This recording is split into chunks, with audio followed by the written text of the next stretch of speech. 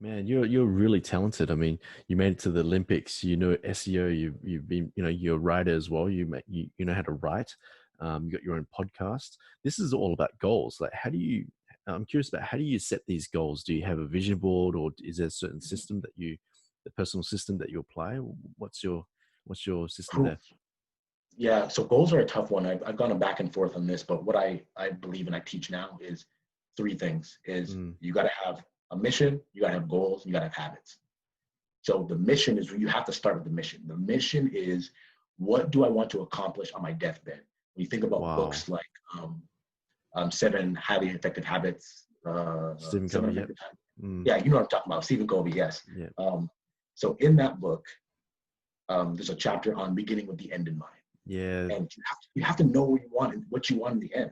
So it's no different than how when I started track, I knew I was striving to go to the Olympics. Now, there was a possibility that that wouldn't have happened, of course, but that kept me on the right path to eventually getting a scholarship and being able to do a lot of other cool things on the way to Mm, going to the Olympics, you know? yeah. Um, so you start with that mission. What do you want to accomplish on the deathbed?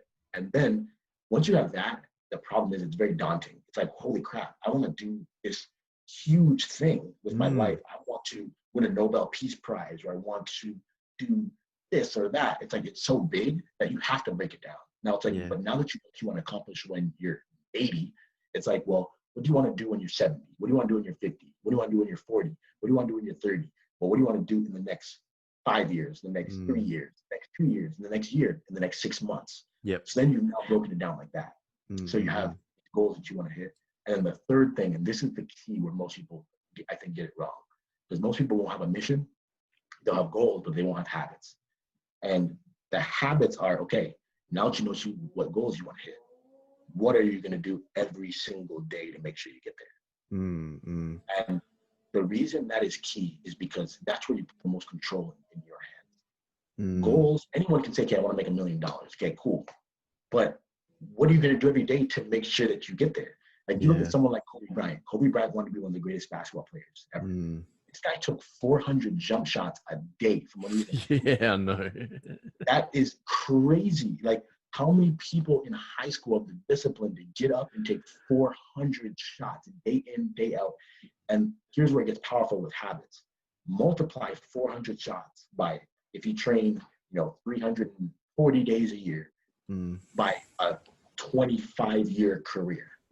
That is Like, just, yeah, you can't comprehend that. Just you can't comprehend it. Yeah, you're a because it's master. so Yeah. many, exactly, it's so many shots, but that is Mm. how everything works. I don't think I'm a talented writer at all, but what I've done is I've continued practicing and Mm. working at it, writing blog posts and writing blog posts and writing guest posts and just continuing to write. So I just write every day. And Mm. as I've done that over a long period of time, it's like, oh wow, guess what? My writing has gotten better.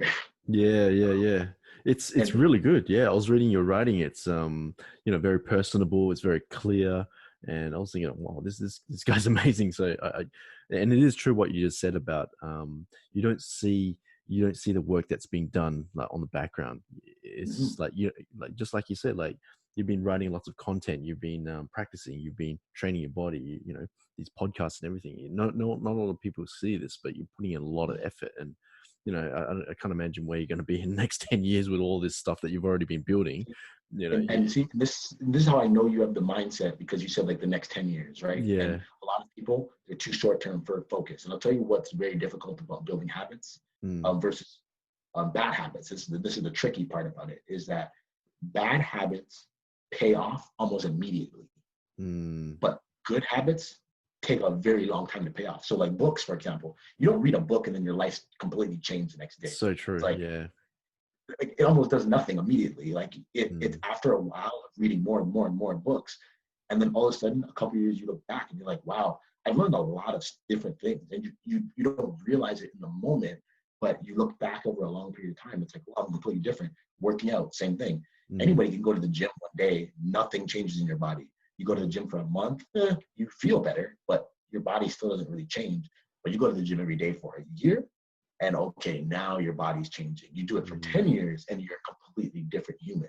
Yeah. And you want to do everything you can to not get caught up in the short term.